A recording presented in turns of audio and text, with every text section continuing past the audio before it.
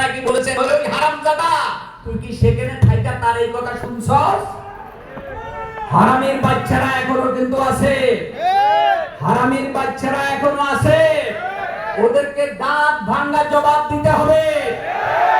এই সমস্ত লোকেরা রঙিন রঙিন ওই রুমাল পরা মাথার ভিতরে পট্টি বাঁধা ওই আরেক পট্টি বান্দিনীর সঙ্গে তারা সম্পর্ক রাখে। শুধু তাই নয়, তাদেরই এক দোসর যখন দাড়ি কামাইয়া পলাই গেছে তখন তারা স্ট্যাটাস লিখছে যে জীবন রক্ষার জন্য দাড়ি কাটা যায়। ফতোয়ার শেষ নাই ভাই বন্ধুগণ।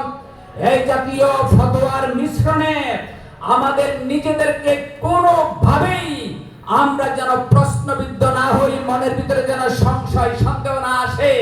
আমি জিজ্ঞেস করতে চাই, হাজার হাজার কোটি টাকা যে পাচার করলো কোন জীবন রক্ষা করার জন্য? কোন জীবনটা রক্ষা করার জন্য? জীবন রক্ষার জন্য দাড়ি কেটেছ আর তাদের দোষর হইয়া তাদেরকে সামনে আগাইয়া দিয়েছ। ওই মাতখালি গ্রুপদের আমি অত্যন্ত সিরিয়াসলি হেট করি। 80-র দশকে যারা বিশ্বময় ইসলামী আন্দোলনকে তারা প্রশ্নবিদ্ধ করার জন্য সকল অপপ্রয়াস চালিয়ে যাচ্ছে। ভাই বন্ধুগণ, একটি আয়াতের কথা না বললেই নয়, ওয়া উলিল আমরি মিনকুম আতিউল্লাহ ওয়া আতিউর রাসূলা ওয়া উলিল আমরি মিনকুম। উলিল আমর কারা? আমি আপনাদেরকে বলি, ইমাম আবু হানিফা রাহমাতুল্লাহ আলাইহি যেই সময় এই পৃথিবীতে কুফা নগরীতে এসেছিলেন তখন রাষ্ট্রীয় যতটুকু ইসলাম আছে এখন কি সেই ইসলাম আছে? নাই। তারপরও ইমাম আবু হানিফা রাহমাতুল্লাহ আলাইহি অল্প অল্প ইসলামের বিরোধিতা তিনি সহ্য করতে পারেন নাই। তার বিরুদ্ধে ওয়ারেন্ট হলো, তিনি জেলখানায় গেলেন। জেল খাটতে খাটতে আল্লামা সাইদির মতো মরহুম শহীদ আব্দুল কাদের মোল্লার মতো মরহুম শহীদ বীর মুজাহিদ তার মতো করে তিনিও দুনিয়া থেকে বিদায় হয়েছিলেন। ঠিক না ঠিক?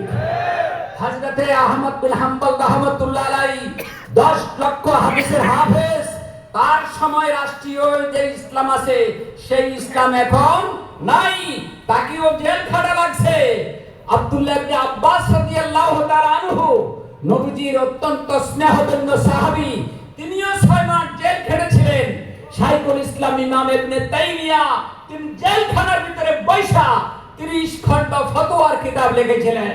হযরত সৈয়দ কুতুব রহমাতুল্লাহি আলাইহি তার ছবি আপনারা দেখছেন কিনা আমি জানি না, তিনি তাফসীর ফি জিলালিল কোরআন এই জেলখানার ভিতরে বৈশা বৈশা লিখেছেন। ভাই বন্ধুগণ, ও জেল দিয়া আমাদেরকে ভয়ভীতি দেখাইয়া এই পথ থেকে আমাদেরকে বিচ্ছিন্ন করতে পারবেন না, পারবেন না এবং পারবেন না ইনশাআল্লাহ। আমাদেরকে 3 দিক থেকে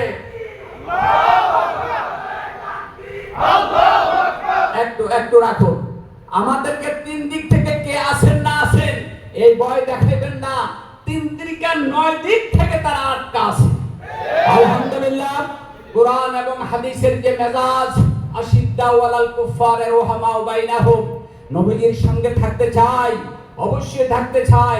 এই 2টি গুণ আমাদের ভিতরে রাখতে হবে, আশিদ্দাউ আলাল কুফারে রুহামাউ বাইনাহুম।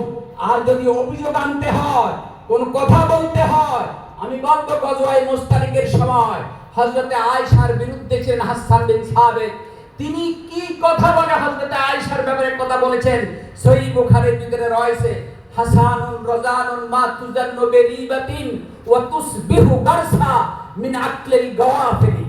এই কথাটা হযরত হাসান বিন সাবিত, উলামায়ে কেরাম আছেন, আমি ব্যাখ্যা করলাম না। যদি পারেন এইভাবে অভিযোগ করুন, নামাজের ভিতরে ইমামের ভুল হয়, কি করে আপনারা লোকমা দেন? সুবহানাল্লাহ, ঠিক কিনা বলেন? যদিও আমাদের দেশে আমরা আল্লাহু আকবার বেশি বলি, আসলে মূলে সুবহানাল্লাহ বলা দরকার। সুতরাং আপনি তো সুবহানাল্লাহ বলেন না, আপনি তো হারামজাদা বদমাইশ কইয়ে গাইলেন, আপনি তো বলেন এই মওদুদি বলে না, আপনি তো বলেন এই ফিতনা সেই ফিতনা।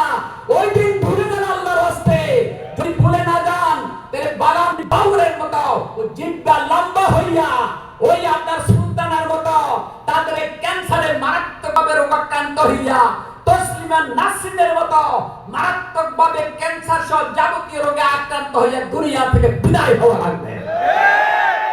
তাদের আল্লাহ বন্ধ দিয়েছেন, আল্লাহ বলবেন এই ধরনের হাজারো তাসলিমে আসলে এই দেশে বর্তমানে তাদের পা রাখার জায়গা নাই। আমি সবাইকে আন্তরিক অভিনন্দন জানিয়ে আপনাদের